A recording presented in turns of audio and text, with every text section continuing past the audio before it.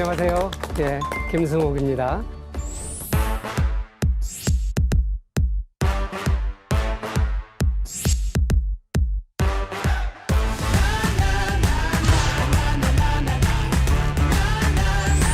이번 강의는 인공지능 시대에 무엇을 준비할 것인가 이걸로 잡아봤습니다.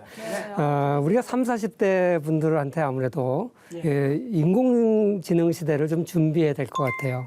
그래서 제가 이 주제를 한번 잡아봤고요. 지난 시간에는 우리가 경제 위기 시대에 크리찬도 마찬가지로 사회 변화를 민감하게 알아야 된다 이런 얘기를 했잖아요. 오늘은 구체적으로 젊은 층 20대, 30대, 40대가 이제 급속한 기술 변화의 시대를 살 텐데 이 시대에 우리가 할 일이 뭘까? 준비할 게 뭘까? 이걸 한번 해보도록 하겠습니다.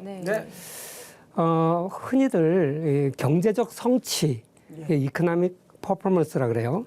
그게 경제가 좋고 나쁘고 이거를 결정하는 요인을 수십 가지가 있겠죠. 근데 그걸 크게 두 가지로 나눌 수 있는데 이렇게 나눌 수 있어요. 단기적 요인, 장기적 요인. 단기적 요인이라면 뭐가 있을까요? 저기 적혀 있네요. 전쟁이 있네요. 전쟁. 물론 전쟁도 몇 년간 지속될 수 있지만 비교적 전쟁은 단기적 요인이고요. 팬데믹도 그래요. 3년이나 갔으니까 꽤 길죠. 그러나 비교적 이런 건 단기적이고요. 또 정부가 바뀌면 정책이 많이 바뀌잖아요. 많이 바뀌어요. 정부가 5년 임기니까 대통령의 경우에 한 5년 정도 사이에 많이 바뀔 수 있죠. 그러니까 이런 거는 뭐 이걸 장기라고 볼 수도 있겠지만 이건 비교적 단기적인 것이고요. 장기라고 하면 진짜 100년, 1000년 가는 거. 예를 대한민국이 한반도에 있다. 이거는 뭐 수천 년 갔잖아요. 이게 장기적인 거예요. 그러니까 지정학적 위치 때문에 생기는 어떤 변화가 있거든요. 이건 장기적 요인이에요. 그리고 기술 변화. 기술 변화도요. 우리가 굉장히 빠르다 그러는데 그게 빨라봐야 10년이에요. 보통 기술 변화 사이클이 10년 만에 한 번씩 온다 그러거든요. 이건 좀 장기고요. 인구 변화. 우리가 지금 막 대한민국 없어진다, 소멸된다, 지방 소멸된다 걱정을 하는데 그것 솔직히 내년에 그렇다는 게 아니라 5년 후에 그렇다는 게 아니라 20년, 30년 후를 걱정하는 거 아니겠어요? 그거 장기 요인이죠. 그다음에 제도의 변화. 이것도 물론 제도, 정책은 빨리빨리 변할 수 있어요. 정책도 물론 그렇게 빨리 변하는 게 쉽지 않은데 이 제도 같은 거는요 상당히 더디게 변화해요. 그래서 이 네 가지가 이제 장기적 변화인데 저는 이제 오늘 포커스를 맞추려고 하는 것이 오늘뿐만 아니라 앞으로 강의에서도 이 장기적 변화에 포커스를 맞추려고 그래요. 특히 오늘 강의는 이 중에서도 이 기술 변화. 이것이 이제 20, 30대, 40대까지 젊은 층에게 앞으로 어떤 변화를 가져다 줄까? 이것을 좀 얘기하려고 그래요. 우리가 흔히 기술 변화 그러면 제일 생각나는 게 뭐세요, 요새? 인공지능. 그렇죠. 인공지능. 또 4차 산업혁명 뭐 이런 얘기를 하잖아요. 그런데 사실 지난 팬데믹이 4차 산업혁명의 방아쇠를 당겼다 그래요. 사실 대학에서도 이 온라인 교육 할 수 있는 모든 시설도 돼 있고 돼 있었지만 잘 안 썼어요. 그런데 팬데믹 때문에 할 수 없이 다 썼죠. 맞아요. 나이 드신 분이 핸드폰 다 갖고 있는데 이거 주문 안 했어요. 왜? 당장 불편하게 잘 모르겠으니까. 근데 이제 뭐 나이가 드신 분도 다 뭐 주문하려면 이걸 써야 되고 그래서 강제적으로 우리가 4차 산업혁명의 한복판으로 뛰어들게 된 거죠. 이런 이제 기술 변화 시대인데 4차 산업혁명 그러니까 1, 2, 3차는 그럼 뭐냐 이제 궁금하실 것 같아서 1차 산업혁명은 뭘까요? 공장 만들어지는 그렇죠. 공장 만드는 거. 19세기 영국에서부터 시작됐어요. 그래서 면방직 공업에서 시작해가지고 기계공업, 그다음에 광산업, 증기기관의 발명 이런 것들이 쭉 일련에 일어나는데 우리가 이걸 1차 산업혁명이라 그래요. 그리고 2차 산업혁명은 뭘 말하냐면 19세기 말에 미국이나 독일, 여기는 영국보다는 늦게 경제성장에 들어간 나라들인데 후발 선진국이에요. 이 나라들이 자동차라든지 내연기관이죠. 증기기관은 외연기관이라고 그러고요. 실린더 폭발이 에너지가 바깥으로 나오기 때문에 외연기관이라고 그러고 자동차는 기계 안에서 폭발이 일어나서 굉장히 연속적으로 하니까 효율이 좋아요. 그래서 내연기관이라 그러는데 아무튼 이런 자동차의 보급 이런 걸 우리가 그 2차 산업혁명이라 그래요. 특히 이때 이제 소유권이 보장이 되면서 사람들이 내가 뭐 발명을 해도 내가 보호를 받으니까 더 빠른 속도로 사람들이 발명을 하기 시작했어요. 네. 그리고 우리가 3차 산업혁명이라는 것은 아마 여러분들이 겪어보신 걸 거예요. 인터넷의 보급. 아, 인터넷. 예. 예. 반도체. 그러면서 세상이 많이 바뀌었죠. 스마트폰도 나오고. 사실 처음에 인터넷이 보급됐을 때 이렇게까지 세상 사람들을 변화시킬지 몰랐어요. 그냥 뭐 빠른 우편물이 생겼나 보다. 아, 그래서 스마트폰이 나왔을 때도 그냥 좋은 전화기 생겼다. 네. 그 정도였죠. 근데 거기다가 카메라를 달더라고요. 그래서 내가 어떻게 생각한 줄 알아요? 이거 왜 달았지? 그냥 카메라 좋은 거 있으면 됐지. 꼭 내가 전화기 가지고 사진 찍어야 돼? 그랬는데 그게 카메라가 들어오면서 얼마나 많은 혁신이 일어났습니까? 그거 가지고 통역 번역도 해요. 사진 탁각 찍으면 우리 관광지에 가서 한국말로 번역이 돼서 나오고요. 그리고 그걸 가지고 지도를 보기 시작하니까 길 찾아가고요. 전 세계 사람들이 이제 이 스마트폰이 없으면 하루를 살기 어려울 정도로 특히 여행 가서 핸드폰 잊어버리면요. 돈도 못 찾고 예약도 다 못 찾고 절망이에요, 절망. 이게 이제 보통 3차 산업혁명이라고 그래요. 자, 그럼 4차 산업혁명은 뭐냐? 어떤 사람들은 이제 메타버스 얘기도 했고, 네. 그런데 AI가 핵심일 거예요. 또는 빅데이터. 데이터. 지금 데이터가 우리가 잘 모르지만 4차 산업혁명은 데이터 혁명이라는 말까지 해요. 우리 좀 겁나지 않아요? 이렇게 핸드폰 내가 자주 보는 걸 알아차려가지고 그걸 계속 보내줘요. 맞아요. 네, 맞아요. 어떤 사람이 어떤 얘기를 했냐면 싶은 거 보내줘. 자기가 어디 놀러 가겠다고 얘기를 했대요. 네. 근데 그 다음날 유튜브에 거기 관광지 유튜브가 뜨더라는 거예요. 깜짝 놀랐대요. 아니 얘가 네. 내 말도 듣고 있나 그러더라고요. 들어요. 저도 그런 경험을 했어요. 제가 봄에 우리 늦둥이 데리고 이태리 여행을 갔다 왔는데 예. 그 여행 얘기를 한참 했는데 뭐 여행사하고 해서 했을 거 아니에요. 찾아보지는 않았거든요. 근데 어느 날 유튜브에 이태리 관광이 뜨더라고요. 맞아요. 근데 나 이거 찾은 적이 없는데. 그런데 그분도 똑같은 얘기를 해요. 아무튼 이 빅데이터, 이 데이터를 만들고 활용하고 그러는 게 4차 산업혁명의 핵심이다 그래요. 그 활용하는데 제일 많이 역할을 하는 게 바로 인공지능이죠. 네.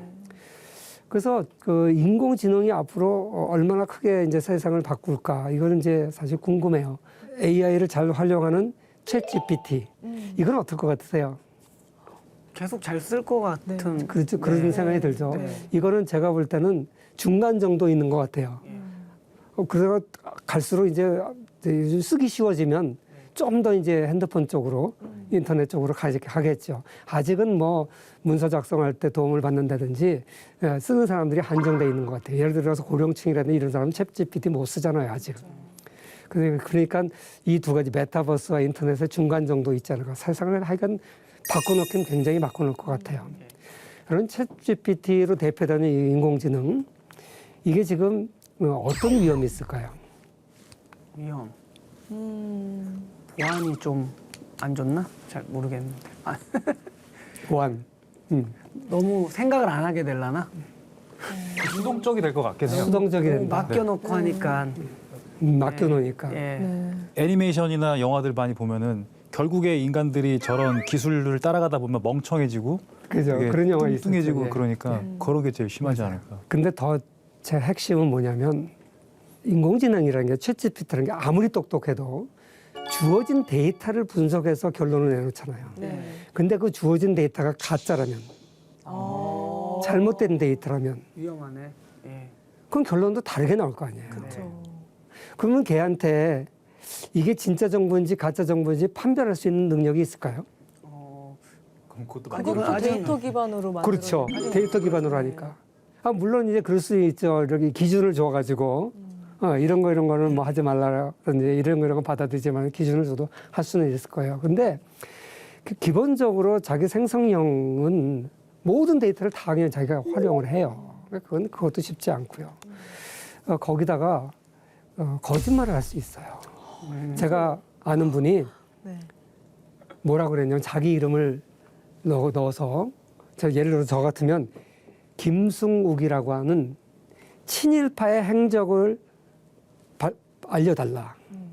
이렇게 썼더니 1909년생인 김승욱은 만주지방에서 어디서 활동을 하고 이런 식으로 완전 가상의 인물을 가지고 소설을 쓰는 거예요. 그런데 그 질문을 한 사람이 알아채릴 수 있어요? 모르죠. 내가 모르니까 질문했잖아요. 네. 그러니까 그런가 보다 그럴 거 아니에요. 네. 챗GPT가 속여도 몰라요. 어, 이게 굉장히 위험한 거예요. 그러네요. 이걸 좀 악용하면 선거에 악용할 수 있어요. 어제 뉴스에 어느 방송사에서 뉴스에 이런 게 나왔어요. 사진을 GPT가 합성을 해가지고 뭐 펜타곤이 폭파됐다. 이렇게 뉴스가 나온 거예요. 네. 그랬더니 그 어떤 언론사가 또 모르고 그걸 보도를 했어요. 너무나 감쪽 같아서 이런 문제가 있어요. 그래서 이걸 아무리 챗GPT가 인공지능이 발달해도 기본적으로 인간의 역할이라는 게 있어요. 검열하고 가려내고. 그래서 요새 인공지능의 윤리 기준을 만들어야 된다. 그걸 만들기 전까지는 개발하지 말아야 된다. 그러는데 그게 가능할까요? 쉽지 않을 것 같은데요. 그러니까 좀 통제하는 게 쉽지가 않죠. 자, 이런 그 4차 산업혁명 시대에 우리가 뭘 해야 될까요? 필요한 곳에 잘 쓰는 게 중요하지 않을까요? 예. 챗GPT가 또 인공지능에 영향을 미치는 데는 너무나 많아요. 네. 예를 들어서 뭐 자율주행도 마찬가지고 넷플릭스나 유튜브 볼 때 이렇게 자기들이 셀렉트해서 보여주잖아요. 그때도 다 알고리즘 가지고 이제 하잖아요. 이미지고 우리는 그러니까 이 시대에 살고 있는 거예요. 그래서 이제 우리 자녀들을 어떻게 교육할 것이냐. 옛날에는 암기가 중요했어요. 네. 물론 창작을 하려면 암기도 중요하대요. 그러니까 여전히 암기는 중요한데 그런데 이제 인터넷 시대가 나오면서 검색의 시대가 왔다 그러면서 암기의 시대는 갔다 그랬거든요. 검색의 시대가 왔어요. 그런데 인공지능 시대가 오면서 이제 뭐라 그래요? 검색의 시대는 갔다 그러죠. 제일 위기의식을 느끼는 회사가 어디예요? 챗GPT가 나왔을 때? 구글이에요. 우리나라는 네이버를 많이 쓰지만 전 세계는 구글을 많이 써서 구글링이라 그러잖아요. 검색하는 걸. 그런데 구글의 검색의 핵심은 뭐냐면 검색을 해서 여러 자료를 주면 선택하는 건 사람이잖아요. 그죠? 그래서 그 선택하는 과정에서 광고가 붙잖아요. 그러니까 구글의 수입의 핵심은 뭐냐면 광고 수입이에요. 네. 그런데 이제 검색 시대가 가고 AI 시대는 무슨 시대라 그래요? 질문의 시대가 온 거예요. 내가 질문을 딱 하면 선택할 거 없이 답이 쭉 줘요. 3,000글자로 해줘, 10,000글자로 해줘, 뭐 200자로 요약해줘, 다 해줘요. 광고가 붙을 여지가 없잖아요. 그러니까 구글이 이제 굉장히 위기의식을 느끼는 거죠. 여러분, 검색을 잘하려면 뭘 해야 될까요?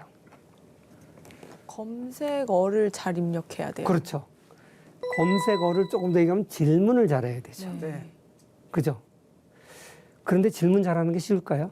어려워요. 많이 알아야지 질문을. 내가 우리 뭘 학생들의 질문해야 특징은 될지도 질문을 안 해요. 모르겠는데. 오늘날 제가 네. 교단에서 그럼 질문을 못해. 아무리 질문하라 해도 안 해요. 네. 왜 그러는지 모르겠어요. 몰라서. 몰라서. 모르거나 옛날에 욕 많이 먹었거나. 욕 많이 네, 먹었구나. 왜냐면 이제 틀리는 학생들이요. 거에 대한 불안함 이런. 질문 많이 하면요. 끝나야 되는데 질문한다고 욕해요, 애들이. 맞아요. 또 빨리 끝내고 싶어가지고. 빨리 끝나는 보통 교수들이 이제 끝날 아까 때 저희도 읽어- 질문 있어요? 그래. 질문 없으면 끝나겠습니다 그러잖아요. 네. 그때 손 들고 질문하면 왕따 돼요. 아. 그런데 그래서 제가 일부러 저는 도중에 해요. 끝난 다음에 질문 안 받아요. 그렇죠. 그걸 알기 때문에 그런데도 안 해요. 왜 안 하는지 모르겠어요. 한국 교육의 맹점이 질문을 안 하는 아이들도 키웠어요. 맞아요. 해본 적이 뭐 없는 암기도 잘하고 수학도 잘하는지 모르겠는데 문제 의식이 없어요. 핵심을 몰라요. 그래서 이스라엘 학부모는 학교 갔다 오면 애들한테 뭐라 그래요? 거예요. 우리 한나라 학부모들은 학교 갔다 오면 학원 가야지. 학교 잘 갔다 왔냐? 학원 가야지. 오늘 뭐 배웠어? 뭐 배웠어? 네. 네. 지식의 축적만 묻죠. 어. 이스라엘은 뭐 묻는 줄 알아요? 오늘 어떤 질문했니? 그 우리 교육의 방향이 바뀌어야 돼요. 그러니까 이 AI 시대에 아무리 똑똑하다 그래도 결국 인간이 윤리적 기준을 제시해야 되고 저 인간이 좋은 질문을 해야 좋은 답변이 나와요. 아까 같이 거짓말 질문하면 거짓말 답변이 나오는 거고.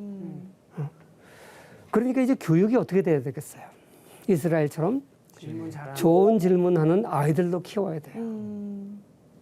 그래서 저는 우리 20대들한테 꼭 해주고 싶은 말이 앞으로 성공하려면 문제의식을 갖는 아이로 자라야 된다.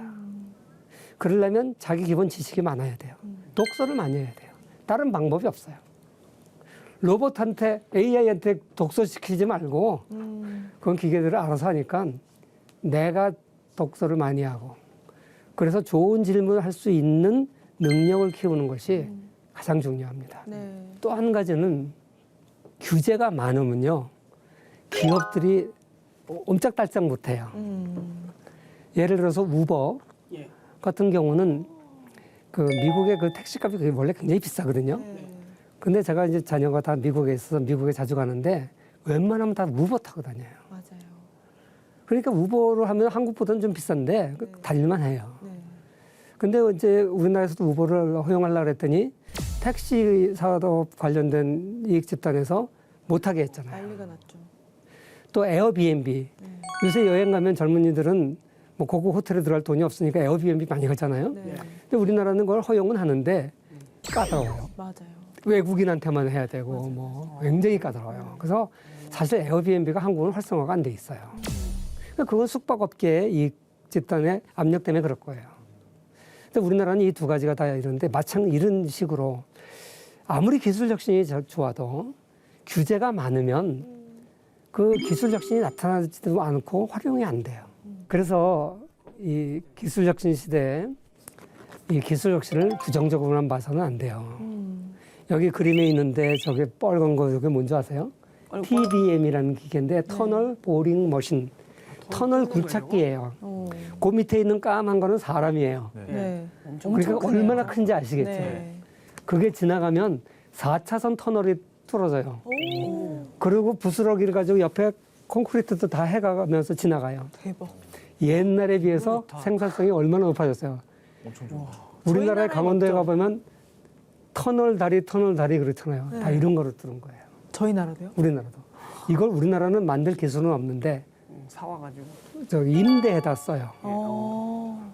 저 옛날엔 나무 저 큰 거 하나 심으려면요 엄청난 일입니다. 무거워 사람이 들지도 못해요.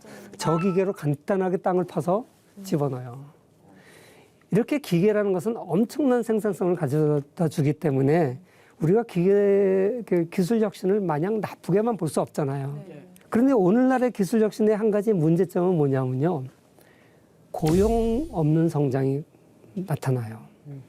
기술 혁신으로 경제는 성장할 수 있는데 일자리 갈 수 없어지는 거예요. 그죠? 네, 맞아요. 요새 최저임금 많이 올렸더니 식당마다 자동화 기계를 바꿔버리잖아요. 젊은 사람들은 잘하는데 나이 든 사람들은 굉장히 힘들어해요. 힘들어요. 그래서 고용 없는 성장이 일어나고 있는 거예요. 그래서 이제 기계와 경쟁하는 시대가 된 것이죠. 그래서 기계와의 경쟁이라는 책이 있어요. 그 책에 보면 자, 그러면 이렇게 기계가 혁신을 하는데 그걸 우리가 나쁘다고만 볼 수 있냐? 그럴 수는 없지 않냐?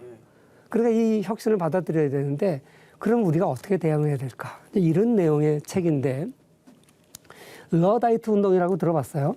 잘 모르겠습니다. 이게 이제 산업혁명 당시에 네. 옷감을 짜는 기계들이 나오니까 양말 짜는 기계가 나왔어요. 처음에는 천만 짜다가 이제 양말을 짜니까 직공들이 다 실직을 한 거예요. 그래서 네들어드라는 사람이 기계 파괴를 공장을 때려 부셨어요. 이놈의 기계 때문에 우리 일자리를 잃었다고. 아주 다혈질인 사람인가 봐요. 근데 그게 노동자들의 호응을 얻은 거예요. 맞다 기계 저거 다 때려 부셔라. 모르는 방법은 아니지만 그 오늘날 역사가들은 기계 때문에 된 게 아니라 전쟁 때문에 그랬다. 나폴레옹 전쟁 때문에 그렇다. 이렇게 다 판정이 났는데 그 시대 사람들은 어쨌거나 눈에 보이는 현상이 저 기계 때문에 일자리 없어졌다. 그래서 네들 러드가 일으킨 기계 파괴 운동인데 이걸 러드의 이름을 따서 러다이트 운동이라고 이제 우리가 불러요. 이런 일이 비단 영국의 산업혁명 때만 일어난 게 아니라 그 이후로도 큰 기술 혁신으로 실직자가 생길 때마다 일어났어요. 그러니까 오늘날에도 일어날 수 있는 거예요. 특히 오늘날에는 더 심해요. 그죠? 그러니까 기계가 사람의 일자리를 대체한다. 사람과 경쟁이라는 것은 뭐 거의 기정사실이죠. 그래서 이에 대응하기 위해서는 어떻게 해야 되냐? 여러분들한테 얘기하고 싶은 것은 제도가 잘 받쳐줘야 돼요. 여러분 Red Flag Act라는 거 들어봤어요? 붉은 기 조례? 뭐 이렇게 번역을 할 수 있겠죠. 여러분 영국이 산업혁명을 먼저 했잖아요. 그런데 아까 2차 산업혁명은 독일과 미국이 주도했다고 그랬잖아요. 왜 그런 일이 벌어졌을까? 사실 오늘날 자동차 공업의 제일 대표적인 주자라 그러면 독일 차 좋잖아요. 그래서 미국도 소비가 워낙 크니까 미국 그러는데 뭐 일본도 좋지만 아무튼 그 왜 그러면 영국은 산업혁명을 이끌어왔는 선두주자인데 자동차 산업에서는 선두주자를 뺏겼을까? 왜 그러냐면 저 법 때문에 그래요. 제도 때문에. 저 제도 때문에. 뭐냐면 증기기관을 탑재한 자동차가 처음에 등장해요. 내연기관이 발명되기 전에. 예. 1860년에 파리 엑스포 때 내연기관이 처음 등장했는데 그 전에는 자동차를 에다가 기차처럼 큰 게 아니라 조그만 데다가 증기기관을 탑재해서 사람을 태우고 간 거예요. 근데 그 시대는 역마차 시대예요. 사람도 화물도 다 말들이 이끄는 역마차로 운송을 했는데 저게 등장하니까 기존의 물류산업, 운송산업을 종사하고 있던 사람 다 직장을 잃게 생겼어요. 저게 등장하니까. 그러니까 부글부글하고 반대를 했는데 마침 그때 인명사고가 났어요. 증기기관은 시끄럽다 그랬죠. 우리 기차 칙칙폭폭하고 막 찌익 그러고 시끄럽잖아요. 이런 기체가 도심을 지나가니까 이 소리에 놀라서 말이 놀라서 일어났고 사람이 떨어져서 죽었는지 다쳤는지 그랬어요. 그래가지고 의회에서 이제 법안이 통과됐는데 어떤 법안이냐면 이 증기 자동차가 도심지를 통과할 때는 그 앞에 빨간 깃대를 주고 지금 자동차 지나가니까 조심하세요. 이런 경고를 알리는 사람 한 사람 두고 그다음에 운전자는 운전만 하고 그다음에 그 석탄 넣는 거는 다른 사람이 해라. 석탄 넣느라고 사람을 못 푸는 사람 친다는 거죠. 그래서 적어도 차를 한 대 운전하려면 3명이 필요한 거예요. 그리고 도심지의 최고 속도를 3.2km로 제한을 했어요. 3.2km? 우리 걷는 속도가 걷는 몇 게 킬로인 줄 알아요? 낫겠는데요? 보다 느려. 밀고 가지 석탄 왜 넣어? 우리 뛰어가면 군대 더 갔다 온 빨리 사람들은 와요. 알아요. 군인들이 었는데 군이 1시간에 4km 걸어요. 네, 맞아요. 군대 갔다 오셨군요. 네, 조교였어요. 저기요. 그럼 잘하네요. 사람이 4km 얻는데 3.2km는 말도 안 되는 거죠. 그죠, 진짜. 그게 이게 딱 있으니까 자동차 공업이 발달할 수 있어요? 없어요. 발달 못했죠. 그러니까 아까도 얘기했지만 이 기술 혁신 시대에 일자리가 없어진다 그래서 이익 집단 얘기만 너무 들으면 이 국가적으로 이익이 되지 않아요. 그 사람들 얘기만 듣고 저렇게 이상한 법들 만들면 발전이 안 돼요. 그럼 어떤 사람들은 이런 얘기를 해요. 저출산으로 노동력이 부족한 시대니까 기회 생산성이 많아지면 해결될 거 아니냐. 적은 사람이 이래도 많은 생산을 할 테니까. 근데 문제는 뭐냐면요. 기계가 멈추는 날이라는 책이 있어요. 네. 그 책에 뭐라고 돼 있냐면 우리가 생각하는 것보다 기술 혁신이 빠르지 않다. 지금은요.